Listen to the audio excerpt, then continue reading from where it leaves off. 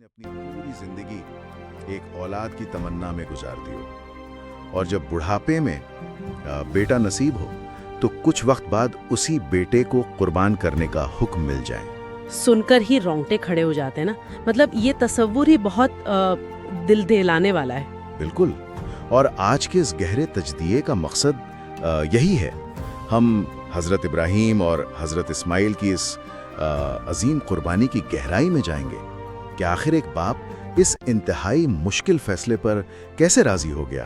ہاں، اور اس ایک واقعہ نے آخر قربانی کا مطلب ہمیشہ کے لیے کیسے بدل دیا، کیونکہ اس کو سمجھنے کے لیے نا ہمیں تھوڑا پیچھے جانا ہوگا۔ صحیح۔ حضرت ابراہیم کو اللہ نے خلیل اللہ یعنی اپنا دوست قرار دیا تھا۔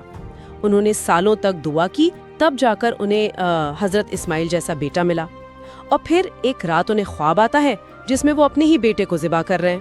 یہاں میں تھوڑا روکنا چاہوں گا آپ کو۔ سوچئے، صرف ایک خواب کی بنیاد پر اتنا بڑا فیصلہ؟ عام طور پر تو انسان سوچے گا کہ شاید یہ میرا وہم ہے۔ ہاں، عام انسان تو یہی سوچے گا نا۔ تو یہاں ڈائریکٹ آسمانی آواز آنے کے بجائے خواب کیوں؟ اصل میں نا پیغامبروں کے خواب عام انسانوں جیسے نہیں ہوتے، وہ وحی یعنی آسمانی پیغام کا ہی حصہ ہوتے ہیں۔ حضرت ابراہیم کو اس بات کا پورا یقین تھا کہ یہ سیدھا اللہ کا حکم ہے۔ اچھا۔ لیکن یہاں جو سب سے دلچسپ بات ہے وہ ان کا اگلا قدم تھا۔ انہوں نے اس حکم کو زبردستی تھوپا نہیں، بلکہ بیٹے کے پاس گئے اور پوچھا کہ تمہارا کیا خیال ہے۔ یہی پوائنٹ مجھے سب سے زیادہ متاثر کرتا ہے۔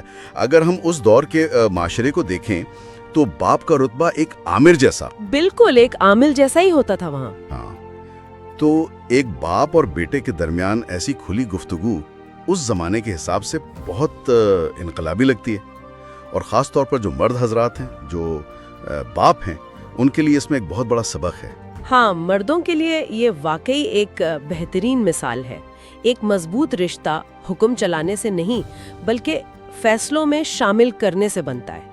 اور پھر حضرت اسماعیل کا جواب دیکھیے۔ کیا کہا تھا انہوں نے؟ انہوں نے کہا کہ آپ کو جو حکم ملا ہے اس پر عمل کیجئے، آپ مجھے صبر کرنے والوں میں پائیں گے۔ یہ صرف فرما برداری نہیں تھی بلکہ ایک بیٹے کا اپنے باپ پر پورا اعتماد تھا۔ یعنی ذہنی طور پر دونوں تیار تھے، لیکن بیٹھ کر فیصلہ کرنے اور حقیقت میں اس پر عمل کرنے میں نا زمین آسمان کا فرق ہوتا ہے۔ یہ تو ہے۔ جب وہ منا کی طرف اس فیصلے پر عمل کرنے نکلے تو ظاہر ہے ذہن میں ایک کشمکش ضرور شروع ہوئی ہوگی۔ اور اس سفر میں رکاوٹیں بھی تو آئی تھی نا۔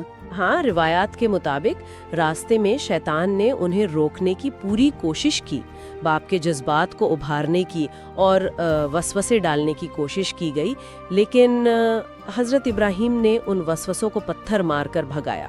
اچھا، اس کا مطلب ہے حج کے دوران جو رمی کی جاتی ہے، یعنی شیطان کو کنکریاں مارنا، وہ دراصل اسی نفسیاتی جنگ کی یادگار ہے۔ ایگزیکٹلی، وہ پتھر صرف کسی وجود کو نہیں بلکہ اپنے اندر کے شکوک اور کمزوریوں کو مارے جا رہے ہوتے ہیں۔ یعنی جب آپ ایک عظیم مقصد کے لیے نکلتے ہیں تو بڑی رکاوٹیں آنا لازمی ہیں اور ان کو ایسے ہی پچھاڑنا پڑتا ہے۔ بالکل صحیح کہا آپ نے، اور اس کے بعد وہ لمحہ آتا ہے جس کا تصور ہی دل دہلا دیتا ہے۔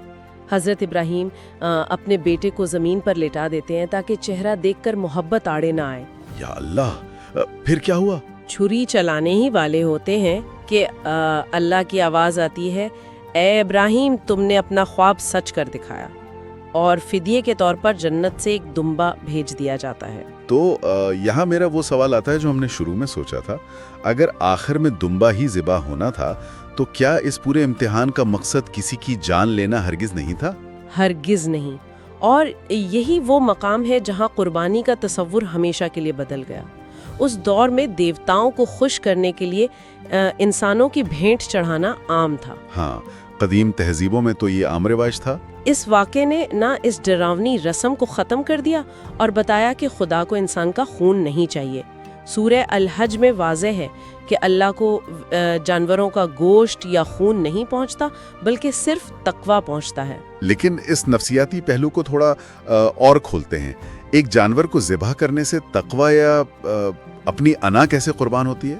دیکھیں، اس زمانے میں اور آج بھی مویشی انسان کی سب سے بڑی دولت ہوتے تھے۔ اپنا قیمتی جانور خدا کی راہ میں دے دینا دراصل اپنی دولت اور دنیا کی محبت کو چھوڑنے کی مشق ہے۔ یعنی جب ایک انسان چھری چلاتا ہے تو وہ صرف ایک جانور کو نہیں بلکہ اپنی انا اور اپنے لالچ کو ذبح کر رہا ہوتا ہے۔ ہاں، اور ایک حقیقی مضبوط کردار بننے کے لیے یہی اصل قربانی درکار ہوتی ہے۔ یہ خود کو اندر سے پاک کرنے کا ایک بہت بڑا ذریعہ ہے۔ واہ! تو اس گہرے تجزیے کو یہاں سمیٹتے ہوئے ہمیں اس پر ضرور غور کرنا چاہیے۔ آج جب عید پر قربانی ہوتی ہے تو کیا ہم واقعی اپنی اس انا کو قربان کرنے کا سوچتے ہیں جو ہمیں بہتر انسان بننے سے روکتی ہے؟